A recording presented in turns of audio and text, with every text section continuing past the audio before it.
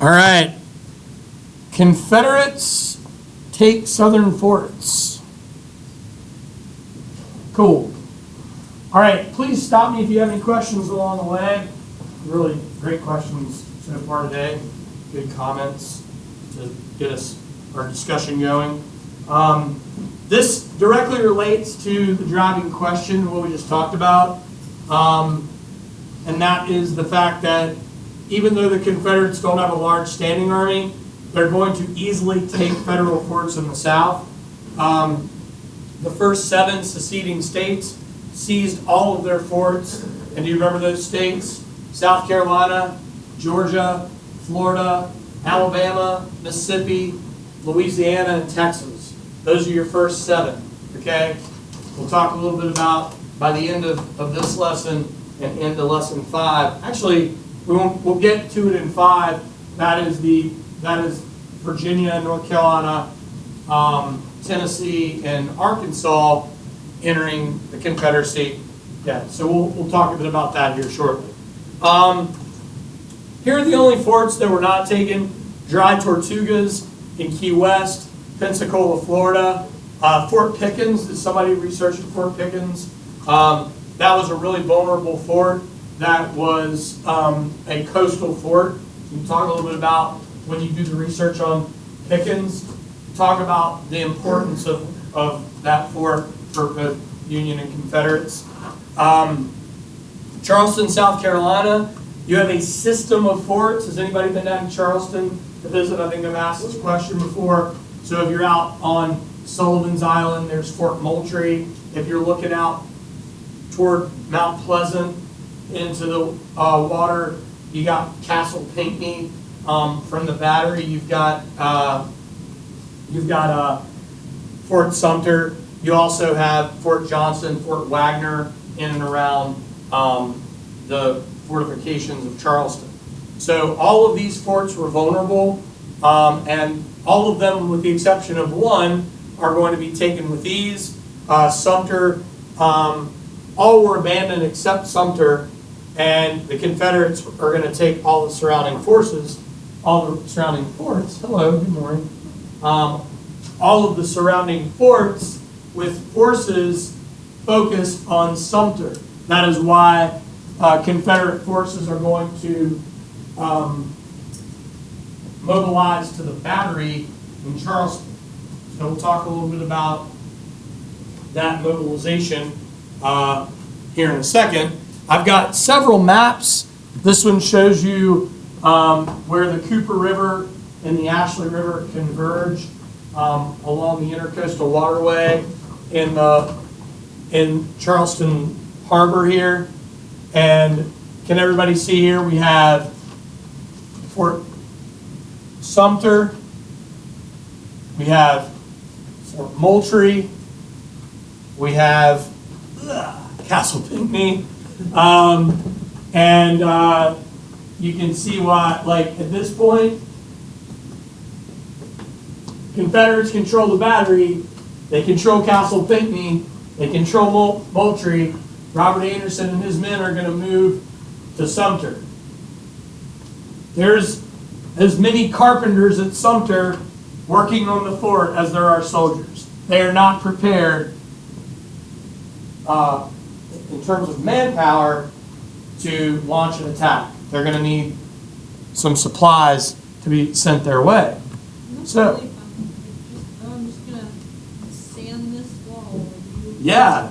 No, it's kind of crazy. They're like, we need these carpenters to move. Well, we'll talk about why they're sitting ducks in a second.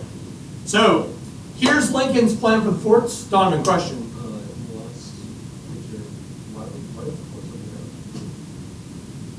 On that? It shouldn't. It was probably just probably an error on the map. Yeah. You see a lot of typos, not only on maps, but also like on legitimate documents. Yeah, like for example, one of the greatest typos of all time is Scott B. Sanford. Instead of Sanford, it should be Sanford. So yeah, it was likely a typo on that map. All right, so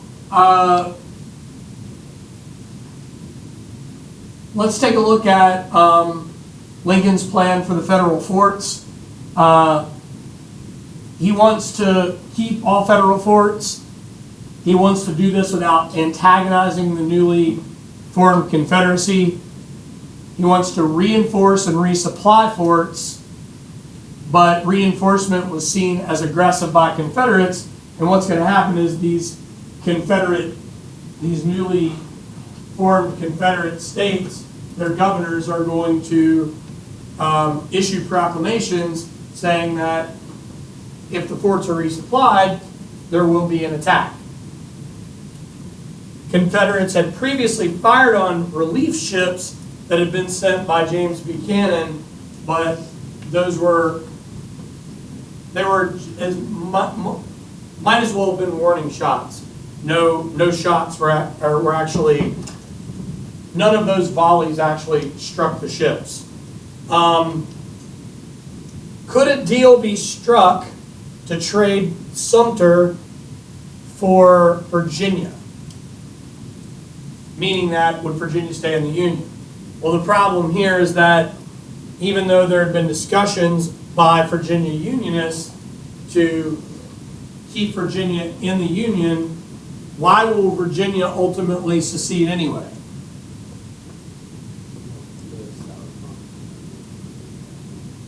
Very good. There are rumors that a Confederate capital would be in Richmond. Why would they need the Confederate capital to do it? Because if they had it in Alabama, there would be a lot more distance from.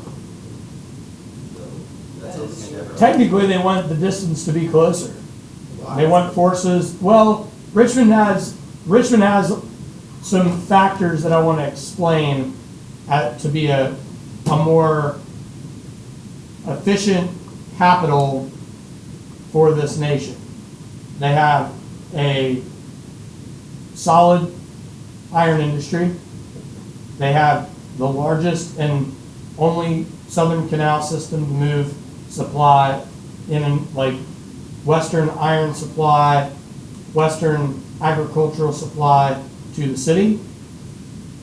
They're guarded by 3 major rivers that travel, that are watershed into the Chesapeake Bay.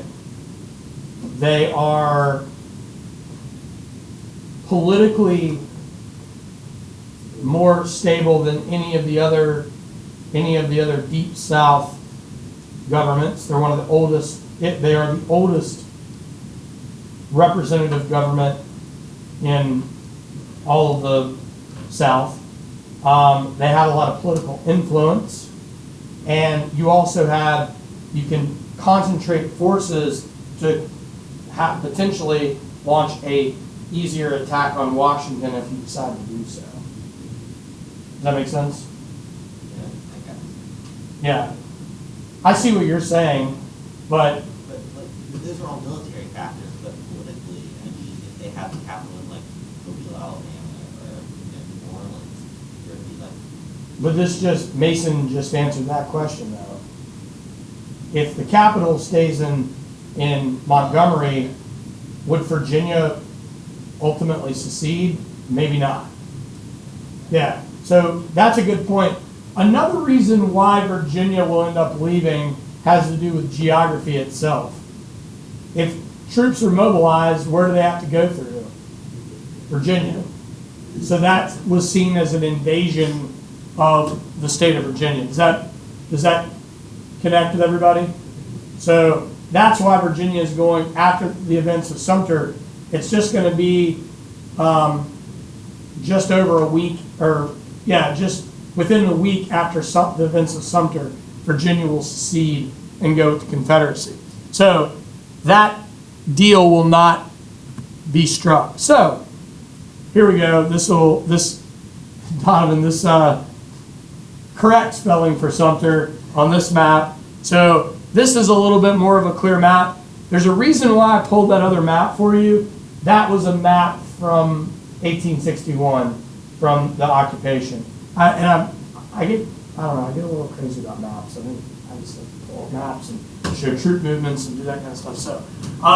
So here we have Sullivan's Island. Has anybody ever visited Sullivan's Island? It's very cool. Just go check it out. Fort Moultrie, Castle Pinckney, right off Mount Pleasant, and the Charleston Battery back here, Sumter. Not to mention this area right here, all of this, James Island, this area, all that's controlled by the Confederates. Robert Anderson and the Union are completely surrounded. All right. So, Fort Sumter, a little bit about the fort. It was built after the War of 1812. Hopefully this will answer some questions for you. It was built with slave labor. It was built to defend the city of Charleston from any ship attempting to attack the city. All right? You all remember that Charleston, during the Revolutionary War, was occupied by the British. Okay? So, following the War of 1812, this fort, a lot of other forts, there were War of 1812 forts built for protection, and we're going to talk about more War of 1812 forts that have implications in this war. One of them, in particular, is my alma mater. Virginia Military Institute was established as an arsenal during the War of 1812, and it turned into a military college as a result of that. I'll get into that later. So there were cutbacks in government spending, so the fort wasn't really completed at this period of time. It doesn't look the way it does now. It is worth your time to go visit. They've done a fantastic job preserving the fort. It was designed to defend. Most of the cannons were set outward. There was no reason to have cannons back toward the city because you weren't anticipating an attack from your city. Does that make sense? So, Major Robert Anderson moved 127 men out to the fort, and it is like I said, it's a group of, here's Sumter at the time. It's a group of soldiers and carpenters and laborers that are occupying the fort. Lincoln will attempt to resupply the forts with emphasis on Fort Sumter because they were running out of food. Fort Pickens, as Thomas is researching in Pensacola, will be reinforced with the warship Powhatan, and it will transport 500 soldiers to Fort Pickens. Another troop ship had been waiting offshore to reinforce the fort as well. To Fort Sumter, there was a revenue cutter, which was a merchant ship, and a passenger steamer called the Baltic with 200 troops to reinforce the fort. Also 3 tugboats to tow troop and supply barges to the fort as well. As I mentioned before, South Carolina Governor Francis Pickens of the state, newly Confederate government, said any attempt that is made to supply the fort with soldiers will lead to an attack. So if it's provisions or if it's supply, fine, but if you try to bring soldiers in, we will fire upon the fort. Soldiers are attempted to be brought in. Those boats are fired upon, and General P.G.T. Beauregard, who commanded the Confederate forces at the battery in Charleston Harbor, is going to launch an attack on the early morning of April 12, 1861. This is one of those events that is a perfect anecdote of the American Civil War. Anderson and Beauregard had been graduates of the United States Military Academy at West Point. Robert Anderson was so skilled as an artillery commander that he got a job at West Point as a professor of military science and an artillery instructor. Hello again. His star pupil at West Point was PGT Beauregard of Louisiana. Beauregard was so solid that upon graduation, Beauregard will become Robert Anderson's aide and basically what we would consider like an assistant instructor of military sciences and artillery at West Point.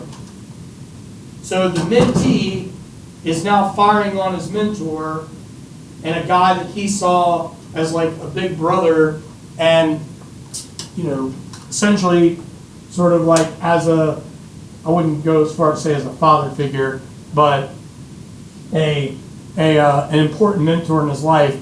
That's the guy he's firing on at the start of this war, and he will accept Robert Anderson's surrender. We're going to see these stories throughout the entire war, and I want to hit on those types of stories as we move through the war as well. So the first shots, 4:30 a.m., April 12, 1861, at Fort Sumter, led by PGT Beauregard. He notifies Major Robert Anderson that Lincoln is sending supply ships to the fort with soldiers, and that by order of the governor of South Carolina, they will fire upon the fort. Anderson commands the fort. He was the former artillery instructor and professor of Beauregard at West Point, refuses to surrender the fort until he ran out of supply. The Union relief expedition was helpless. Those ships were never able to supply the fort. And the strongest warships and the most men were off the Gulf Coast at Fort Pickens in Pensacola. The Union garrison surrendered just 33 hours after bombardment. No man was killed during the first engagement, though I know I have some horse lovers in the room. One horse was killed in the celebration following the attack, once the Confederate stars and bars were raised at Fort Sumter on April 14th, 1861. What happened during that celebration? Fireworks were and other ammunition was shot off, and horse was wounded and killed as a result. The reason I bring up the horse in the war, I want to talk a lot about horses and mules and how important they were in the war effort. I also want to talk about the insane amount of loss of horses and mules. Estimated 2 million horses were lost in this war, and this war does not happen without horses and mules. I don't know, many of us have been to the Virginia Historical Society together. Out front of the Historical Society, did you guys recognize that the statue of the worn out horse? That is the monument to the horse of the Civil War that stands out front. Here is PGT Beauregard on the left, Robert Anderson on the right.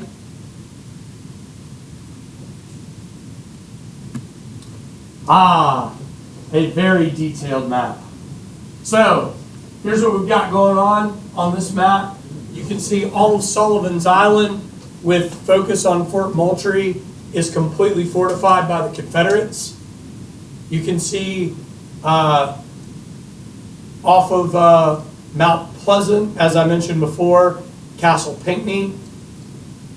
You see here James Island, Fort Johnson. You see the batteries at the end of Morris Island, and you see this area right here is the battery at Charleston. Fort Sumter stands alone, and they will ultimately surrender.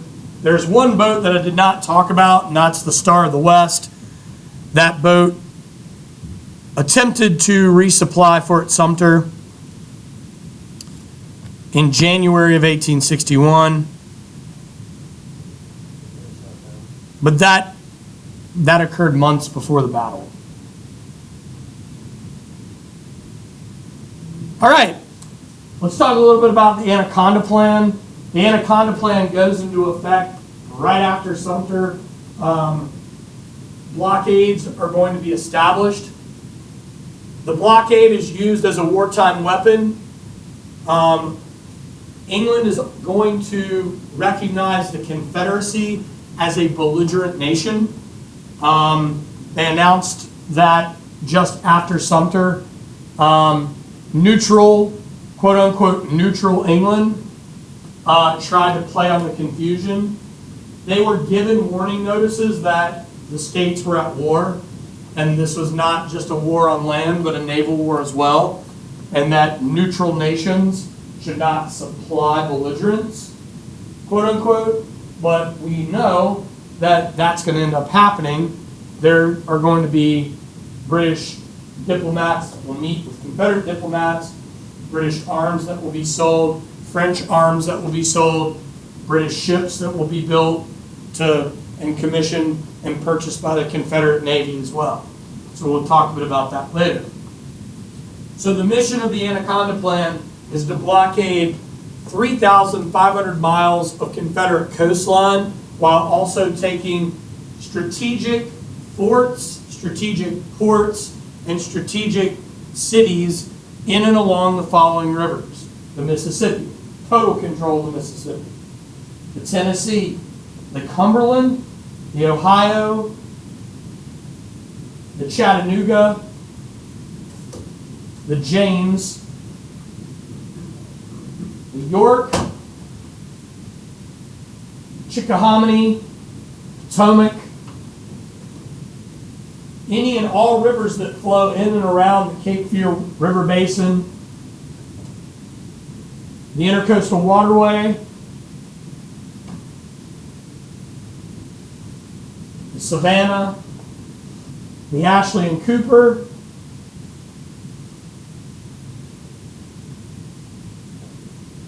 and that's pretty much it. All right, so those particular rivers are rivers that are focused in on the Anaconda Plan. What we're going to look at are some of the ports as well.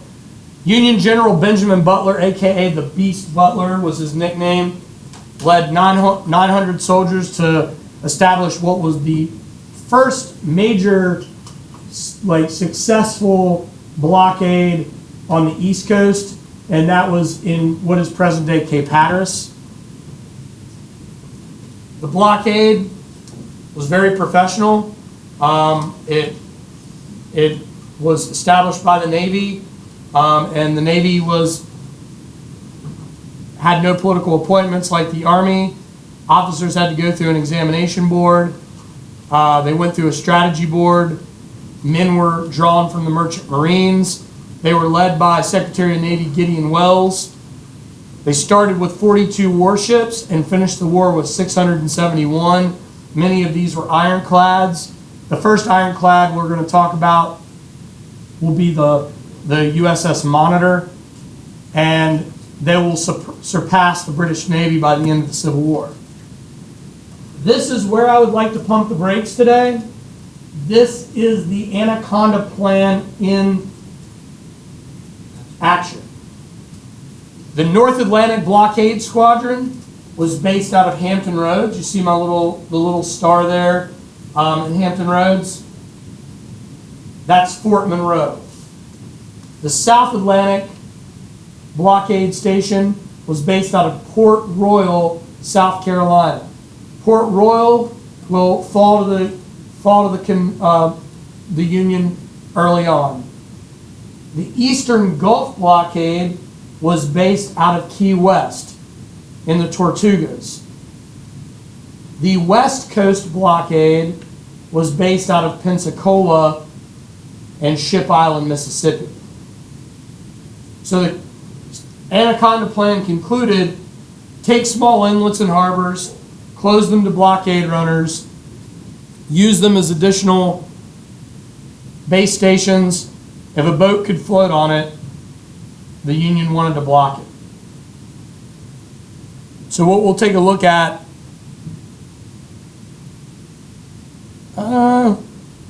yeah, I think we should stop for now. Do you guys have any questions about the formation of the blockade?